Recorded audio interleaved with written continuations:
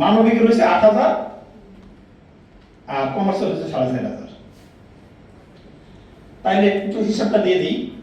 সায়েন্সের এখানে 80,000 মধ্যে বইটের আসল সংখ্যা 1200, মেডিকেলের প্রাইভেট সহ 11,000, ঢাকা বিশ্ববিদ্যালয়ের কো এবং বিভাগ পরিবর্তন মিলে হলো 3,000। এই টোটালি 15-16,000 আসল। আপনি বলেন এখন কি জিনিসটা কি দাঁড়াইতেছে? এখানে কি যুদ্ধ কি হচ্ছে না? ভয়াবহতা কতটুকু? মানবিকের যেখানে 2টা ফোন নিয়ে অর্ধেক স্টুডেন্ট চান্স পায়, সেখানে মানবিকের 8,000 জিবি বিভাগের মধ্যে অর্ধেক কি মনে চায় না আমি ঢাকা বিশ্ববিদ্যালয়ে পড়ি? তাদের তো সেকেন্ড কোনো চয়েস নাই। অনেক স্টুডেন্ট আছে এখানে একটাই ফর্ম উঠায়। এই যে তিথি, আপনারা যত ভালোই বলেন, তার একটা কর্মকাণ্ডে আমি আর তাকে ভালো বলতে পারিনি। তার সামনে কথাটা বলতেছি। সে ঢাকা বিশ্ববিদ্যালয়ের 3টা ইউনিটে ফর্ম উঠাইছে। একটাতে ফার্স্ট হয়েছে, আরেকটাতে সেকেন্ড হয়েছে, আর একটাতে তার পরীক্ষা বাতিল হয়েছে। যদি সে ফর্মটা না উঠাইতো, বাকি যদি একটা উঠাইতো, ওটাও তো বাতিল হওয়ার সম্ভাবনা ছিল। এখন কেন বাতিল হয়েছে, কি কারণে বাতিল হয়েছে, তিথি নিজেও জানে না। কিন্তু আমরা বুঝতে পারি যে ওএমআরে অনেক সমস্যা থাকে। ছাপাতে যদি সমস্যা থাকে, ক্যান্ডিডেট ভুল না করলে ওটা ওএমআর বাতিল হয়ে যায়। কারণ কাটিং যারা করে তারা কিন্তু মাস্টার ডিগ্রি ফার্স্ট না। এখন কাটিং অনেকভাবে হয়, সোজা হয়, বেঁকা হয়, আমরা বই পুস্তকে পড়তেছি, আমরা দেখি না। তাই এখন ওইরকম কিন্তু ওএমআরটার লাইফ আছে।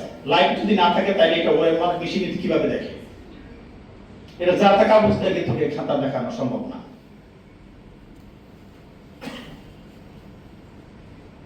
এটা ওএমআর যখন, এই জন্য আমরা এই কাজগুলা যখন স্টুডেন্টরা লাস্টে আমাদের কাছ থেকে বিদায় নেয়, তখন আমরা তাদেরকে হাতে কলমে এই জিনিসগুলো দেখিয়ে দিই। তাইলে মানবিকে 8,000, আপনি বলেন যেখানে অর্ধেক স্টুডেন্ট 1800 আসনের মধ্যে প্রায় 800-900 আসন নিয়ে নেয়, কম ঝুঁকি হওয়া। তাই মানবিকে 8,000 যায় অর্ধেক। তাইলে বাকি অর্ধেক যে বাদ হলো, এখন তারা যদি রাজশাহী, রংপুর, খুলনা, বরিশাল চান্স পায়, তাদের মুখ তো সেখানে নাই। যারা পায় নাই তারা যদি ওই মানে একবার সর্বনিম্ন দফা, তারা কয় ভাই আমার একটা দল, আমার দরকার, আমার মান সম্মান সব শেষ।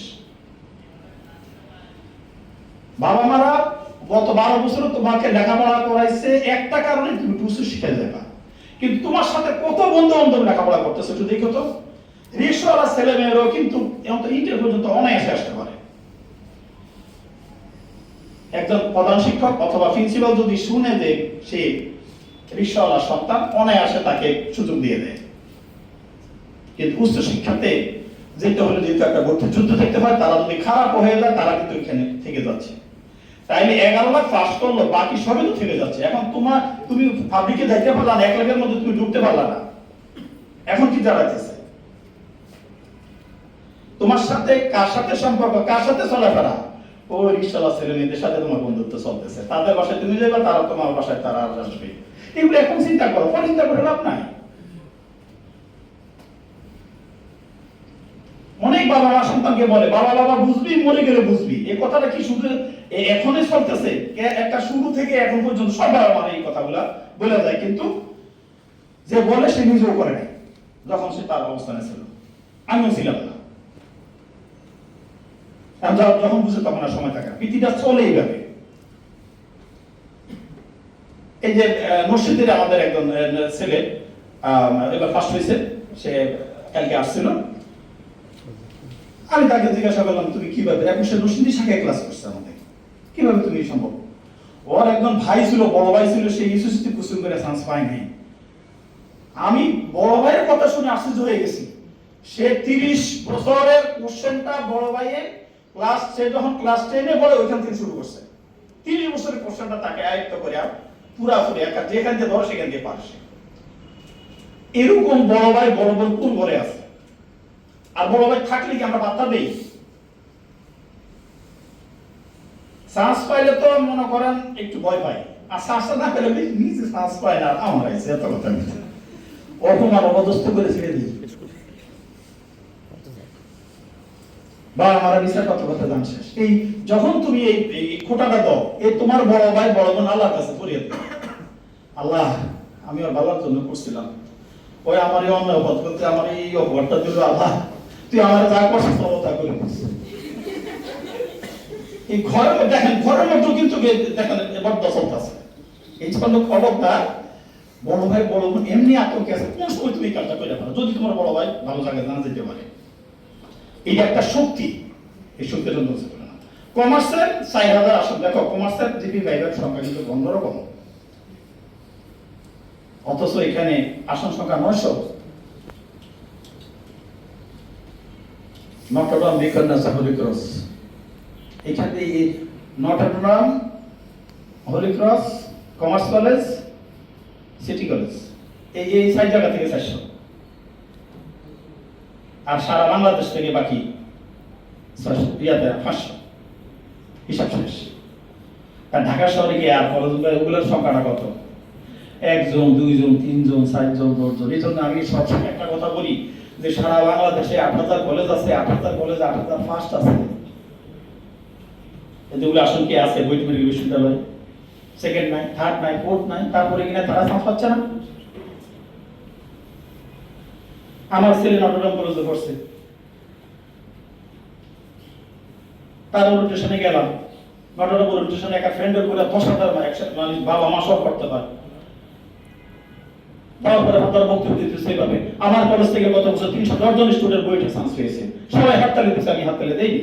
আমি হাততালি না দিয়ে পাল্টা প্রশ্ন করলাম বাবাকে মনে মনে, আপনার কলেজে 2200 স্টুডেন্ট সায়েন্সে, তার মধ্যে 2000 ডাবল করলেন, বেঁচে এসে পাঁচগুলো দিচ্ছে, নটরডাম কলেজ 310 থামলো কেন? আসন সংখ্যা না 1200। আবার ঢাকার বাইরে সব কলেজ এক জায়গায় করে 310 জন হয় না, সে তুলনা করে ঠিক আছে। এখন একজন বাবা মা তার সন্তানকে সর্বোচ্চ বিদ্যাপীঠে বলে যদি কাঙ্ক্ষিত সাফল্যটা না পায়, বাবা মার অপরাধ থাকে। বাবা মার অপরাধ হচ্ছে বাবা মা নিজে অজ্ঞ, সন্তান অজ্ঞ। যদি কোনো সন্তান এই রাস্তা দিয়ে আসা যাওয়া করতো, তাহলে অন্তপক্ষে এই জায়গার মধ্যে তারা সাবধান হয়ে যেত। বাবা মারা যখন সন্তানরা এই ইন্টার পর্যন্ত ভালো রেজাল্ট করে ফেলে, আর কিছু বলে লেখাপড়া করে না, না লেখাপড়া লাগে আমার কিছু বলতে হয়। এই জন্য আমি সবসময় একটা কথা বলি, সায়েন্স পাওয়ার পূর্ব শর্ত হয়েছে লেখাপড়াটাকে মন থেকে নিয়ে আসা। আমি অনেক সময় গার্ডিয়ানকে বলি, স্টুডেন্টকে বলি, 2টা প্রশ্ন জবাব দাও, সায়েন্স পাইবে কি ভাইবে না বলে দেবো। এক, তোমার কি পড়ার কথা বলতে হয়? যদি কোনো বাবা মা আমাকে যদি বলতো হ্যাঁ স্যার আমারটাকে বলতে হয়, খবরদার ওরা যদি পাঠাবে নয়, অযোগ্য। পড়াটা মন থেকে আসতে হবে। এতদিন লেখাপড়া করছে বাবা মাকে খুশি করার জন্য, আর উচ্চ শিক্ষাটা তোমার নিজের জন্য। তুমি ঢাকা বিশ্ববিদ্যালয় পড়বা তোমার লাইফ একটা কর, আদার্স ইউনিভার্সিটিতে পড়বা লাইফ একটা কর, নর্মাল কলেজে পড়বা লাইফ একটা কর। জীবনে সব রাস্তা দাঁড়িয়ে আসো, তোমার জীবনের মনটা কোন দিকে ঘুরবে এটাই তো আগামী ডিসেম্বরে অপেক্ষা করতেছে। 2 নাম্বার, 2টা ভাই 2টা গোল্ডেন। ওটা তো বলছি এই কেন্দ্রীয় আমার হচ্ছে আপনার সাথে তোমার কি মোবাইল, ফেসবুক, টিভি সিরিয়ালের নেশা আছে? নেশা, এই নেশা কিন্তু মারাত্মক।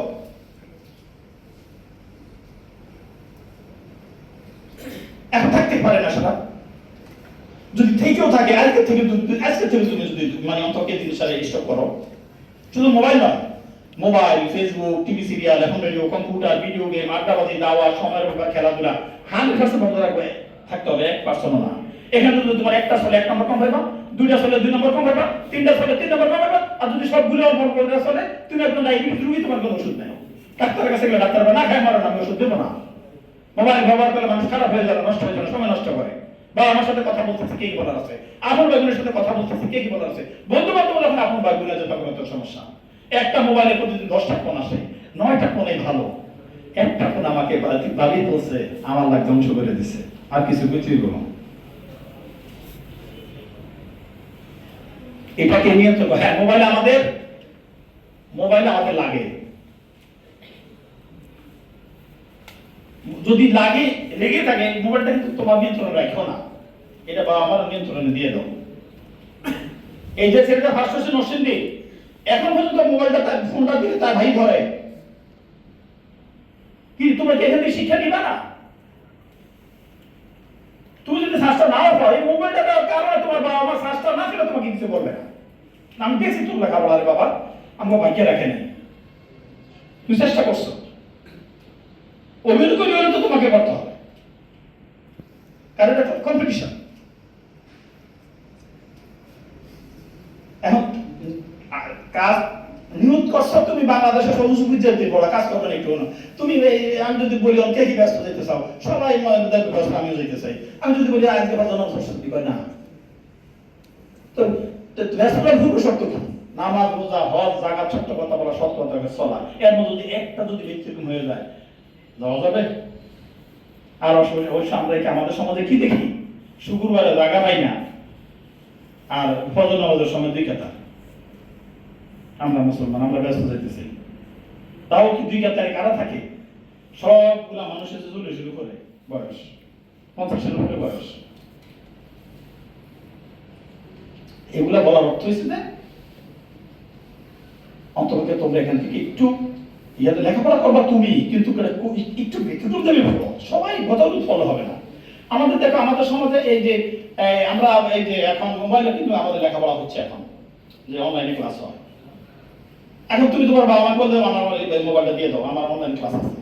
এখন মোবাইলটা বাবা মা দিচ্ছে, বাবা কিন্তু পিছিয়ে দিয়ে কিন্তু তোমাকে ফলো করতেছে, দেখি সে আগে করে কিনা, কোনটা অনলাইনে ক্লাস আর কোনটা অনলাইনের ক্লাস না, এইটুকু বুঝার ক্ষমতা আল্লাহ বাবা মাকে দিছে। তোমার বাবা মা যদি মূর্খ হয়, তারপরও আমি বলবো যে উনি এইটুকু বুঝে। আর অনেকে বাবা মা মূর্খ থাকতেই পারে, আর মূর্খ থাকলে সন্তানেরা কি করে, বাবা মার পাত্তা দিচ্ছে না, তুমি ব্যাগ তুমি কিচ্ছু বুঝো না। বুঝে না মানে বাবা মা হয়েছে ব্রিটিশ সরকারের মুখ্যমন্ত্রী, করির মধ্যে বুঝে, কিন্তু সন্তানের সামনে বাবা মা তোমাকে বুঝে দেখাইতেছে যে আমি কিচ্ছু বুঝি না, আসলে সব বুঝি। আর এখন বর্তমান লেভেলের বাবা মারা যারা আছেন, ওনারা কিন্তু নিজেরাই মোবাইলে আসক্ত। আগে কিন্তু বাবা মারা সন্তানদের পড়াইতো, সন্তানদের পড়াইতো, এবং ক্লাস 1 থেকে 5 পর্যন্ত কোনো স্টুডেন্ট ছিল না। আর এখন দেখেন 1 থেকে শুরু হয়েছে, কারণ বাবা মারা মানে সংসার চালাইয়া তারপরে একটু অবসর টাইমে মোবাইল দেখে আর হাউস টিউটর এখন দেখে দিচ্ছে। হাউস টিউটর গেছে, হাউস টিউটর এই বছর কি 19-24 ঘন্টার মধ্যে 1 ঘন্টা। আর মা কি করতো, সকালে 1 ঘন্টা, দুপুরে 1 ঘন্টা, বিকেলে 1 ঘন্টা, সন্ধ্যায় 1 ঘন্টা, যখন ইচ্ছা তখন ঘুমাইতে আবার অনেক কিছু শিখে বলিতেছে। কিন্তু এখন সব মোবাইলে। এটা একটা আমার আত্মীয় স্বজন থেকে আমি দেখছি যে অবস্থাটা কি, আমার নিজের ঘরে বউরও আমি দেখতেছি যে কি, আগে দেখলাম যে মানে আমার আগে ঘুমে যেত, অন্তত আমি ঘুমে ক্লাসে উঠে দেখি এমন চলতেছে। তোমাদের আর কথা বলবো না, যারা অনুশীলন করবা তারা থাকো, যারা করো নাই, যারা ক্লাস খিদা করছে তোমরা, তোমাদের একটু সময় নষ্ট করলাম। হ্যাঁ, আমি জানি তোমাদের এখন অনেক মূল্যবান সময়। এই এখন আজকে ইংরেজি ক্লাস হচ্ছে, আগামীকাল ইংরেজি এবং ইয়াতে বাংলা, এবং আমরা সবাই নিজকে ভালো স্টুডেন্ট দাবি করি। ভালোরাই কোর্সে গিয়ে আসলে ভালোরাই ভালো রেজাল্ট করে, কিন্তু ভালো রেজাল্টটা সবাই করতে পারে, কিন্তু উচ্চ শিক্ষার ক্ষেত্রে যখন আমরা যাই তখন কিন্তু ভালো ফলাফলটা অনেকেই কাজে লাগাইতে পারে, অনেকেই কাজে লাগাইতে পারে না। খারাপ রেজাল্ট কাজে লেগে যায়। যেমন তোমরা যারা নতুন আছো, আমার রুমে দেখো তাদের ছবি আছে। ময়মনসিংহের একজন স্টুডেন্ট কয়েক বছর আগে SSC 3.8 SSC 4.21